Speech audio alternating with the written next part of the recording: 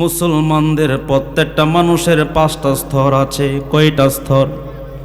আওয়াজ দিয়ে বলেন। প্রত্যেকটা মানুষের 5টা স্তর আছে। এই 5টা স্তরের মধ্যে 1 নাম্বার হলো আলমে আরোহা। যেই জায়গার মধ্যে আমি মনিরুজ্জামান শম্ভুপুরী কয়দিন ছিলাম আমি জানি না, আপনি কতদিন ছিলেন আপনিও জানেন না, আমাদের সভাপতি সাহেব শফিকুর রহমান সাহেব কতদিন ছিল উনিও জানেনি। আমরা আলমে আরোহার মধ্যে কয়দিন ছিলাম জানি না। 2 নাম্বার স্তর হলো আলমে দুনিয়া। যেই জায়গার মধ্যে আমি মনিরুজ্জামান শম্ভুপুরীকে আপনারা দেখেন, কথা বলে না, দেখছেন কিনা? আপনারা আমাকে দেখেন, আমি আপনাদেরকে দেখি, এটা আলমে দুনিয়া। এই আলমে দুনিয়ার মধ্যে আসার পরে জানি কেউ 70 বছর, কেউ 80 বছর, কেউ 100 বছর, কেউ আবার হওয়ার পরে বিদায় হয়ে যায়। ঠিক কিনা বাবা? হওয়ার পরে বিদায় হয়ে যায়। এই 70-80 বছরের মধ্যে আমার আল্লাহ আমাদেরকে পাঠাইছে কিছু সামানা অর্জন করার জন্য।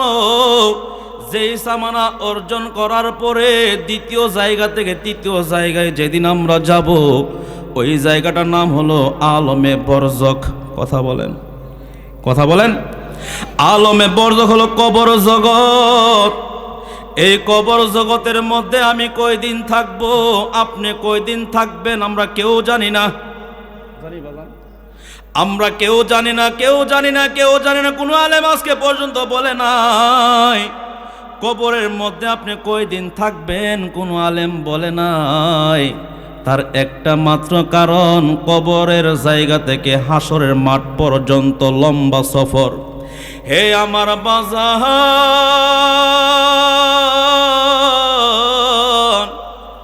কবরে গেলেন, কবরের সামানা আপনি অর্জন করলেন না, কবরে বড় অশান্তি। ঠিক কিনা বলেন? কবরের মধ্যে অনেক বড় অশান্তি। কবর আপনাকে চাপ দিবে। মাদ্রাসার মধ্যে ছাত্র পড়াচ্ছেন, আমি আপনাদেরকে একটা নতুন ওয়াজ করে দিয়ে যাব। মাদ্রাসার ছাত্রগুলাকে আপনারা যখন লালন পালন করে লেখাপড়া শিখাচ্ছেন, এই শিখানোর ভিতর দিয়ে তাদেরকে আপনারা একটু তালকিন শিখাইয়া দিবেন, কারণ তালকিন দেওয়া নবীর সুন্নত। আল্লাহু আকবার বলেন। তালকিন দেওয়া নবীর সুন্নত। কয়দিন কবরে থাকবো জানি না, আমিও জানি না, আপনিও জানেন না, আমাদের মাঝে যারা আছে কেউ জানে না কয়দিন কবরের মধ্যে থাকবো। তবে জানি কবরের আযাব বড় কঠিন। আমার নবী কবরের সম্পর্কে কথা বললে সাহাবীরা কাঁদতে কাঁদতে হয়রান হয়ে যাইত।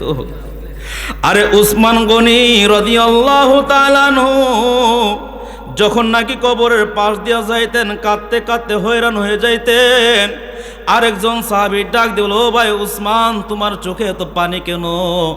কবরের কাছে আসলে আমার ভয় লাগে, কবরের কাছে আসলে আমার ভয় লাগে। উসমান রাদিয়াল্লাহু তাআলা আনহুকে জিজ্ঞেস করলো, কেন তোমার ভয় লাগে? উসমান বলে, আমার নবী বলেছে কবরের মধ্যে নাকি মাটি চাপ দিবে রে, এক পাশের হাড় আর এক পাশে নিয়ে যাবে। আমার তো ভয় লাগে। নবীর পিছনে পিছনে ঘুরলাম, নবীর 2টা মেয়েকে আমি বিয়ে করলাম। আমার আমলের জন্য যদি আমি ধরা পড়ে যাই, কবরের মধ্যে নিয়ে আমারে আক্রমণ করে, ওই চিন্তা আমি উসমান জিন নুরাইনের চোখে পানি চলে আসে। সাহাবীরা বললেন, হুজুর আপনি তো নবীর জামাতা, আপনার জন্য তো একটু স্বাভাবিক থাকার কথা। আমার উসমান বলেন, ও ভাই আমার নবী কিন্তু আমাকে বাদ দিয়া বলে নাই। যখন নাকি মসজিদে নববীতে 2টা হাত একসাথে দিয়া ডাক দিয়া বলো, ও সাহাবীরা দেখো 2টা হাত কেমন? ইয়া রাসূলুল্লাহ 2টা হাত তো 2 দিকে আছে। আমার নবী হাতটাকে এভাবে আনলেন, এক ভাগের হাত আরেক ভাগের ভিতরে দিয়া যখন দেখা দিলেন, ও সাহাবীরা এখন কিভাবে আছে? ও হুজুর গো, এক পাশের আঙ্গুল আরেক পাশে চলে গেছে। ও সাহাবীরা, আমার হাতটার মধ্যে কোনো ফাঁকা আছে কিনা? কোন নূরের নবী গো, আপনার হাতের মধ্যে কোনো ফাঁকা নাই। আমার নবীর নবী চোখের পানি ছাইড়ে দেয়, বলে উম্মত, কবরের মধ্যে যখন নাকি কবর চাপা মারবে রে, এক পাশের হাত আরেক পাশে চলে যাবে। এক পাশের হাড় আর এক পাশে চলে যাবে। কেন আমি বলতেছি এই কথাটা? যদি আপনি আপনার কোনো সন্তানকে তালকিনটা শিখিয়ে দিতে পারেন, আপনার সন্তান যদি আপনার কবরের পাশে দাঁড়ায় তালকিনটা দিতে পারে, হে বাজান, যতদিন পর্যন্ত সিংগায় ফু না দেওয়া হবে ততদিন পর্যন্ত আপনার কবরে কোনো আযাব হবে না, আযাব হবে না, আযাব হবে না। আল্লাহু আকবার বলেন। হে আমার পানিশ্বরের বাবা, আমার বাবা যদি ইন্তিকাল করে, আমার চাচা বলবে বাজান আর কত করে রাখবা, ঘর থেকে বের করে ফেলো, তোমার বাবাকে আর ঘরে রাখা যাবে না। আমি সন্তান সমাজের কথা শুনলাম, আমার বাবা ঘর থেকে বিদায় হওয়ার পরে বাবাকে আমি ঘর থেকে বাহিরে বের করে দিলাম। আমার ইচ্ছা জাগলো আমার বাবার মাথার নিচে একটা বালিশ দিব। সমাজ আমারে নিষেধ করে, না না বালিশ দেওয়া যাবে না। আমার মনে বলে যে আমার আব্বার শরীরে একটা কম্বল দিয়ে দেয়। সমাজ বলে না না কম্বল দেওয়া যাবে না। হে বন্ধুরে, দুনিয়া বড় স্বার্থপর। যেই বাবা আমাকে না খায়া, নিজে না খায় আমার খাওয়াইছে, ওই বাবা যখন বিদায় হয়ে গেছে আমি আমার বাবার মাথার নিচে বালিশটা পর্যন্ত দেই না। ঠিক কি না বাবা? কষ্টিতেছে, কষ্টিতেছে বাবা। চলবে তো? নতুন কথা বাবা, নতুন কথা একটু বইলা দিয়ে যায়। কারণ গত বছর আসছিলাম আপনাদের সামনে, আবার আজকে যে আমি আসছি, আজকে কিন্তু পোস্টারে আমার নাম নাই, কিন্তু বারবার আসা কথা বলার কারণে রমজান ভাই বলতেছে আপনার আসতেই বলতে হইতেই পারে, কথা বলে না। এই জন্য বাজান তালকিনটা দিবেন। দেখেন আপনার বাবা মারা গেছে, আপনার বাবাকে গোসল দিলেন, সময় যেহেতু আমার অল্প, আমি শর্টকাটে আপনাদেরকে কথাগুলো বলে দিয়ে যাই। আপনার বাবা ইন্তেকাল করার পরে আপনি নিয়ে গেলেন গোসল দেওয়ার জন্য, গোসলটা হইল, কাফনটা পরায় দিলেন, কাফনটা পরানোর পরে জানাজার মাঠে নিয়ে গেলেন। জানাজার মাঠে যাওয়ার পরে আপনার আব্বার জন্য আপনি জানাজা দিয়ে একটু দোয়া করবেন। অনেকে ফুতুয়া মারব, দোয়া করুন যাইতো না। যেই মাদ্রাসার ছাত্রগুলো এখান থেকে বের হয়ে যাচ্ছে, প্রত্যেকটা ছাত্র বাপ মা মরলে জানাজার পরে দোয়া পড়ব, কথা বলেন না, ঠিক কিনা বলেন? যারা ওহাবি আছে তারা কি জানাজার পরে দোয়া পড়বালাই দেয়? কেন দোয়া পড়ুন যদি না, বেদাত বেদাত আর বেককলের বেককল। আমার রসুল তো এটার ব্যাপার বলছে, ফা আখলিসু লাহু দোয়া, তোমরা সাথে সাথে একটা দোয়া করো। আবু হুরায়রা রাদিয়াল্লাহু তাআলা হাদিসটা বর্ণিত, আবু হুরায়রা বলেন ক্বালা সামিতু রাসূলুল্লাহি সাল্লাল্লাহু আলাইহি সাল্লাম ইজা সাল্লাইতুম আলাল মাইয়িতি ফা আখলিসু লাহু দুআ। আবু হুরায়রা বলেন আমি মানুষের কাছ থেকে শুনি নাই, আমি আমার নিজ কান দ্বারা আমার নবীর কাছ থেকে শুনছি। নবী বলছে যখন নাকি জানাজার লাশটা মাঠে চলে আসবে, জানাজা দেওয়ার পরে ফা আখলিসু লাহু দুআ, সর্বপ্রথম একটা দোয়া করে ফেলো। কেন? কারণ এই জানাজার মাঠে যখন জানাজা দেওয়া শুরু হয়ে যায় অনেক লোক আসে, সবাই কিন্তু কবরে যায় না, কথা বলেন, কবরে যায়? সবাই কবরে যায় না। দোয়া করবেন, অনেকে বাধা দিব, আপনি আপনার আব্বাল্লাহ দোয়া করবেন, কোনো সমস্যা আছে? বাজান আমি আমার আব্বাল্লাহ দোয়া করব, আমার কোনো সমস্যা আছে?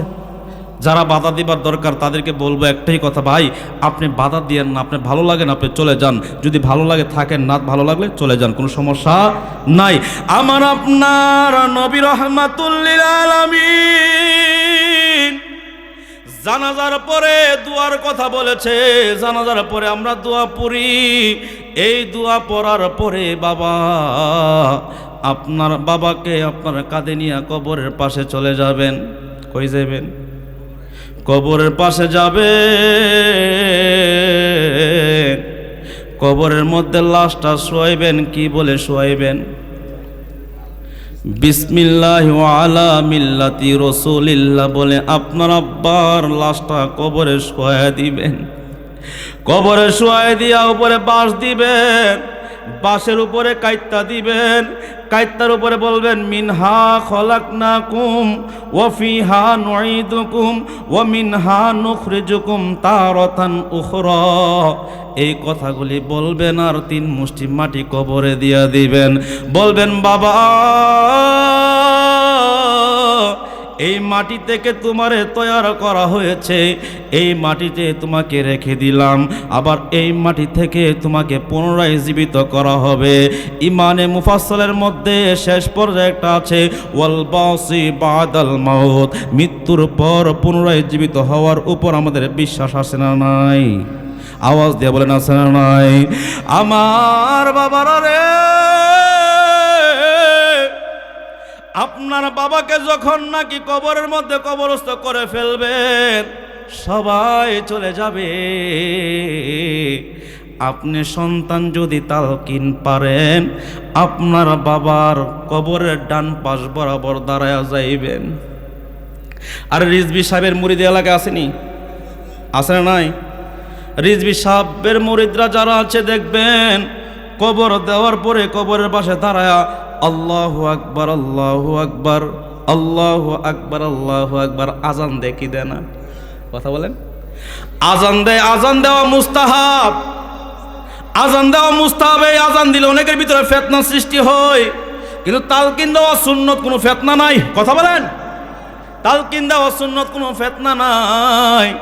আমার নবী রাহমাতুল লিল আলামিন মসজিদের মধ্যে বসে বসে উম্মতকে শিক্ষা দিল, উম্মত রে, তালকিনটা যখন দিবা, তোমার আব্বার কবর আম্মার কবর যার কবরই হোক, ডান পাশ বরাবর আসবা।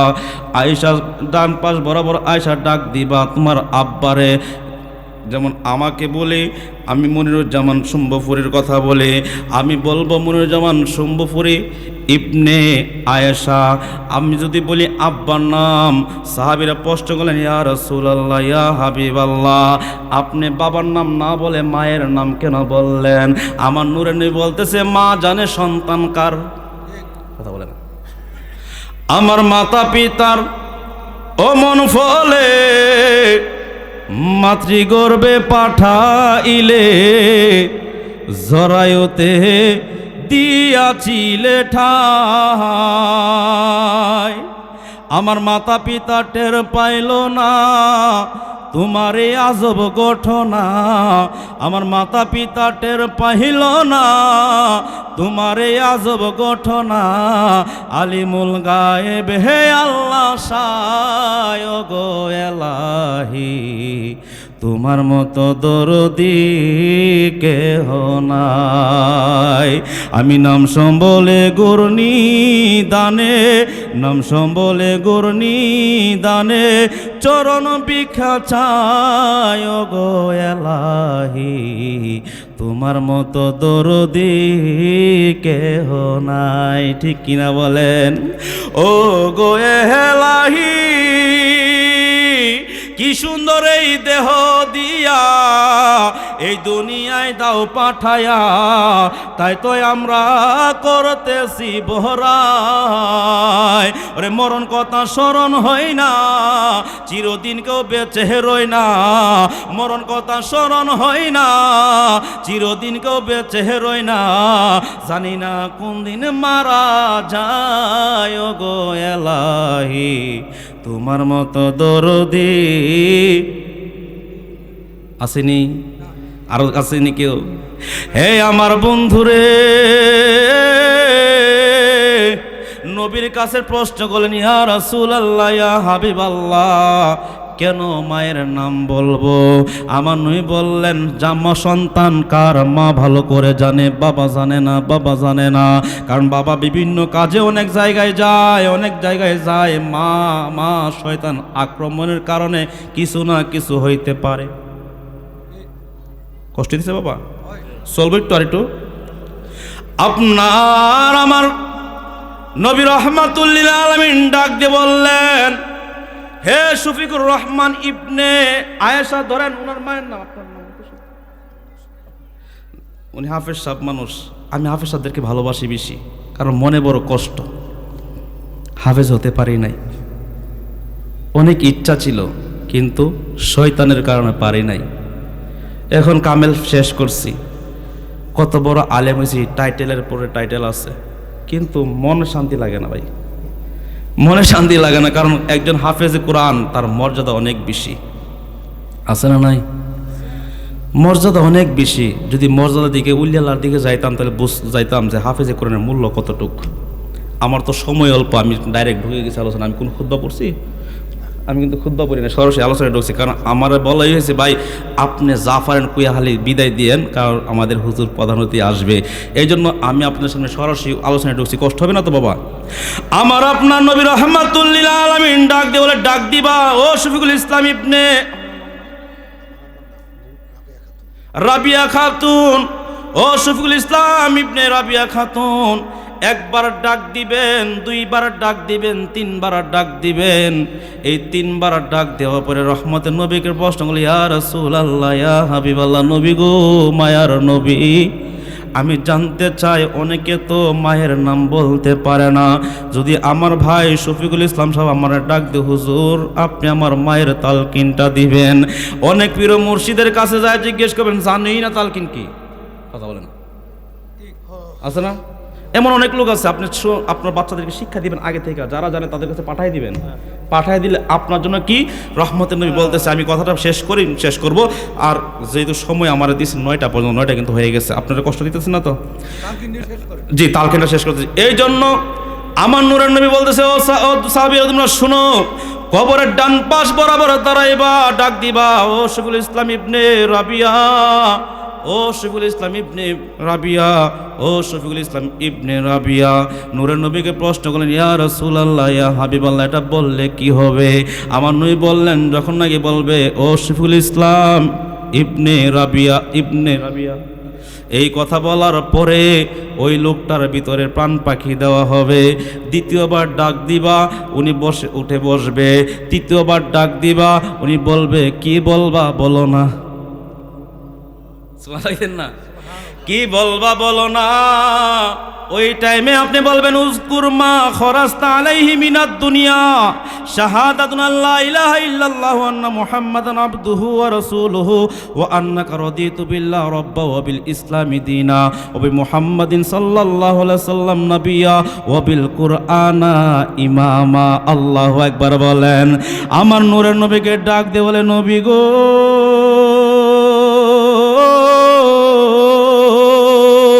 যদি এই কথা বলে কি হবে? আমার নূরের নবী ডাক দিয়ে বলে, মুনকার নেকিরের হাতের মধ্যে ধরবে। ও ভাই, নেকির কার কবরে আমরা আসলাম রে?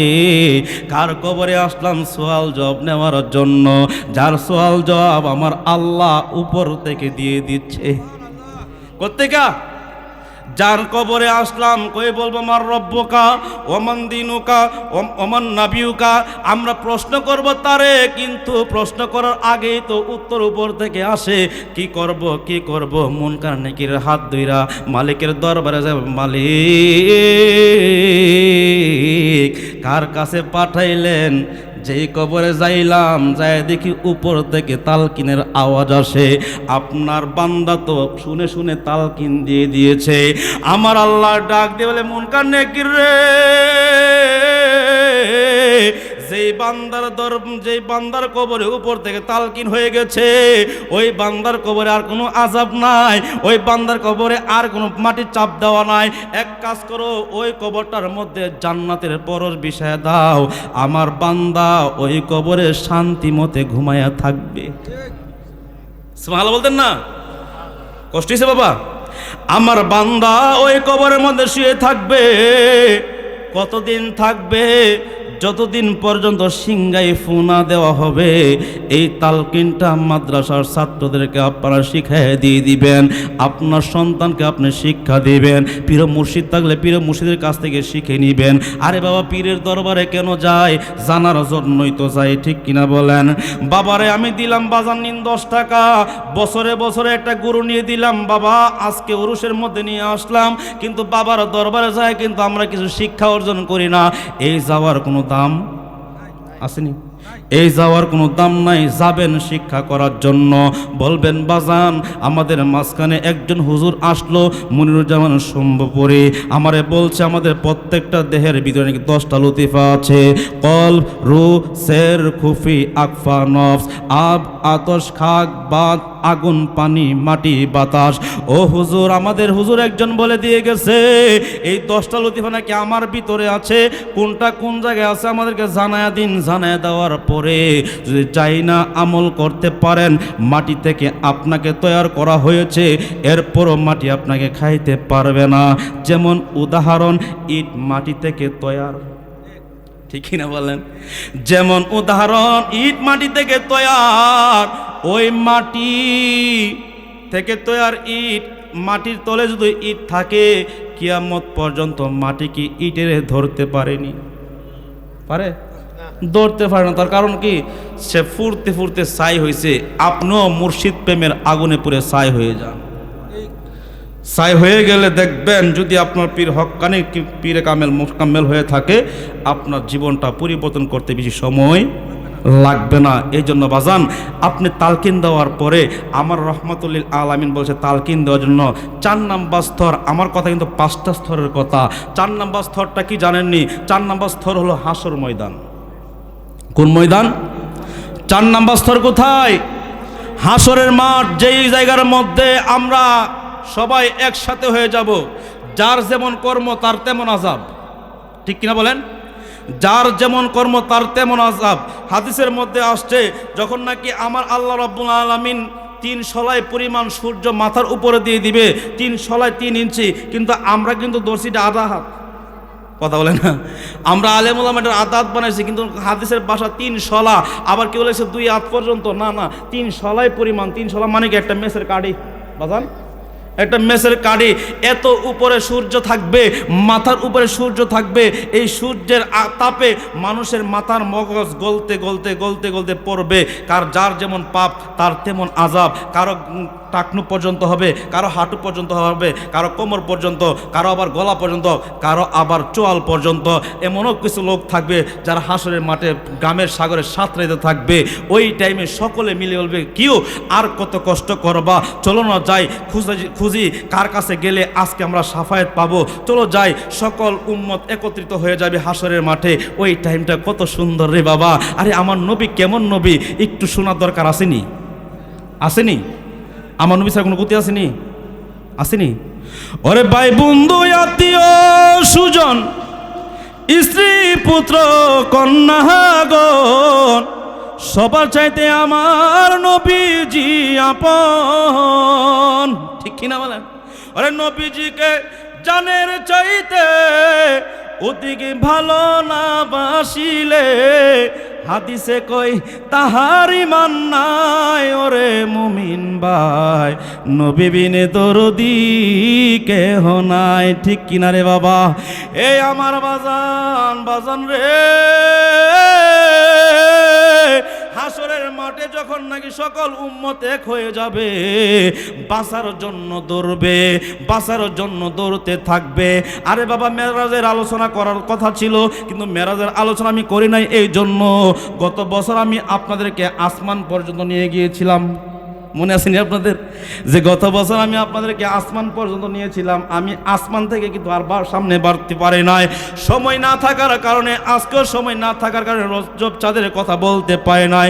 যেটা বলছি এটা কি কামের কথা না অকামের কথা? কথা বলেন। যতটুকু বললাম এটা কাজের না কাজের? এই তালকিনটা শিখবেন, যেহেতু হুজুর আসছে। আমি আবার একটা সমস্যা কি, হুজুর আসলে কথা বলি না। কথা বুঝতে পারছেন?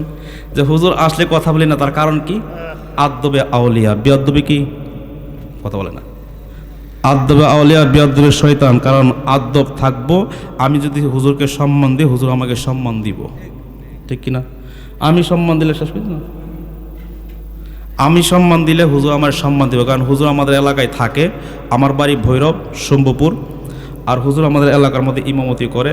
আমরা ছোটোবেলা থেকে ওনাদেরকে চিনি, মামা মামা ডাকি, আমাদেরকে ভাইনা হিসেবে অনেক আদর করে। এই আদরের জায়গা থাকবো যতক্ষণ আমার ভিতরে আদব থাকবে, ঠিক কিনা? যতক্ষণ আদব থাকবে ততক্ষণ আমার ভালোবাসা আছে। তাহলে এই হাসরের মাঠে যখন সবাই একত্রিত হয়ে যাবে, বাজান ও বাজান 2 মিনিট করে লাগে।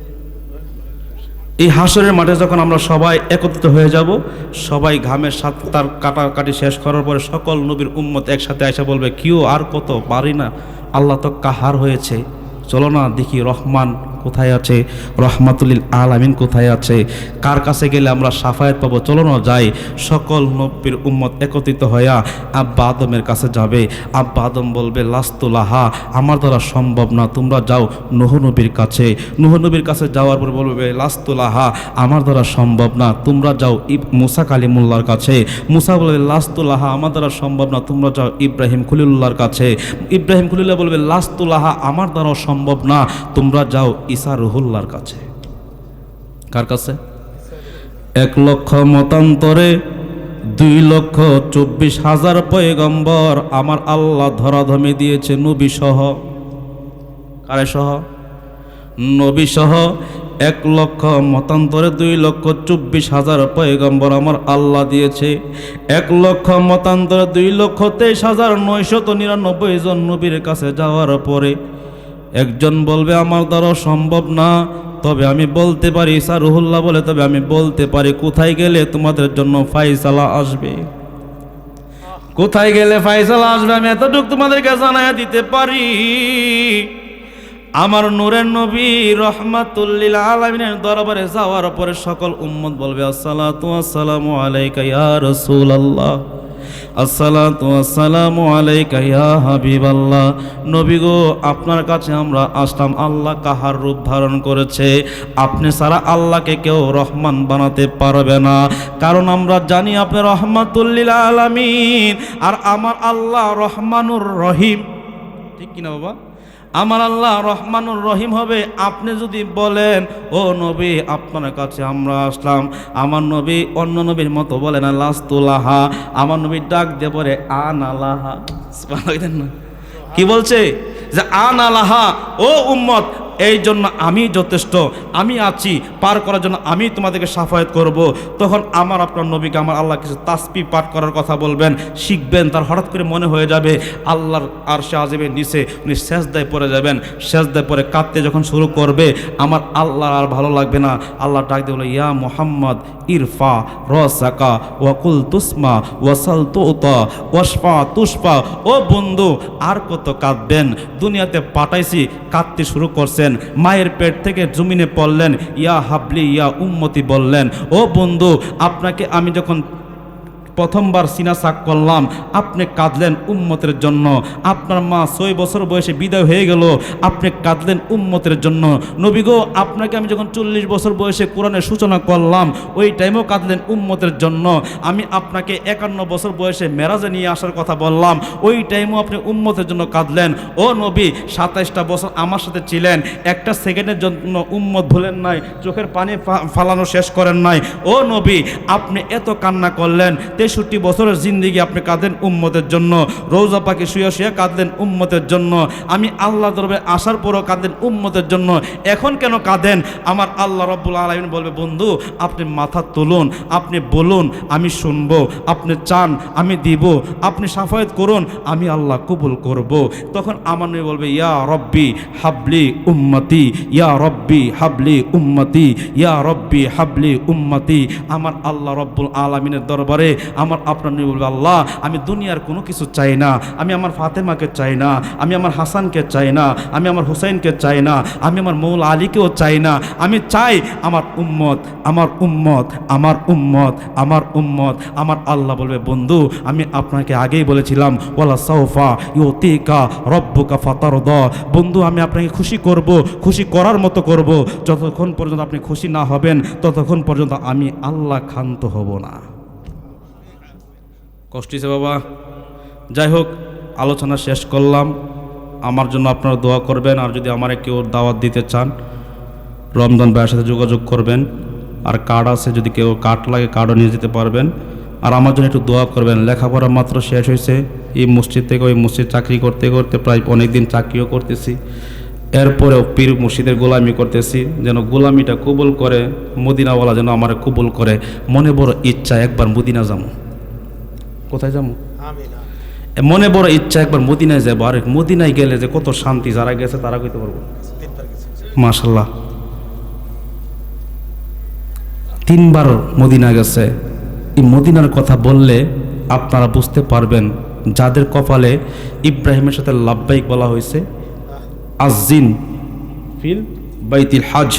এই একটা আয়াতের মধ্যে এটা তাফসীর দেখলাম যে লাব্বাইক ইব্রাহিম যখন কাবায়ে কাবা বানায় দিছে, তখন আল্লাহ দরবার বলছে, আল্লাহ বানানো শেষ, তখন আল্লাহ বলছে ইব্রাহিম তুমি আজান ঘোষণা দিয়ে দাও।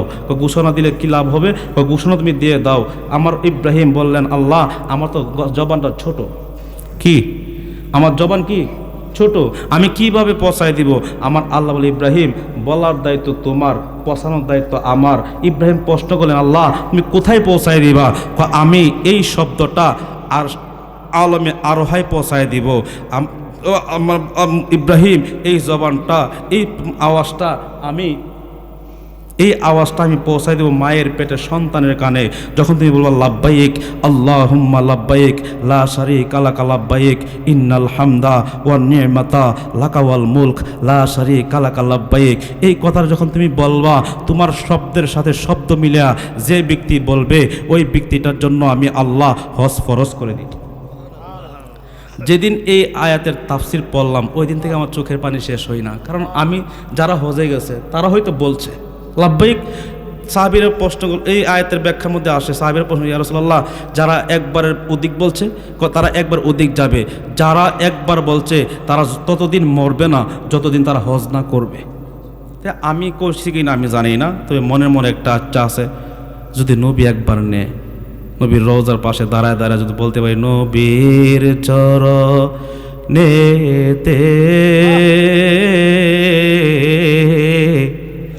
সারা জীবন আমি থাকব,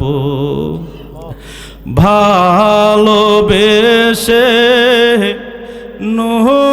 নবীজিকে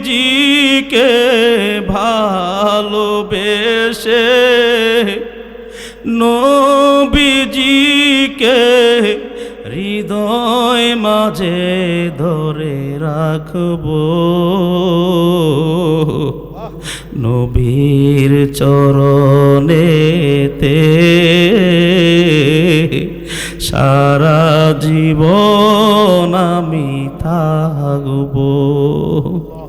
আসসালামু আলাইকুম ওয়া রাহমাতুল্লাহ।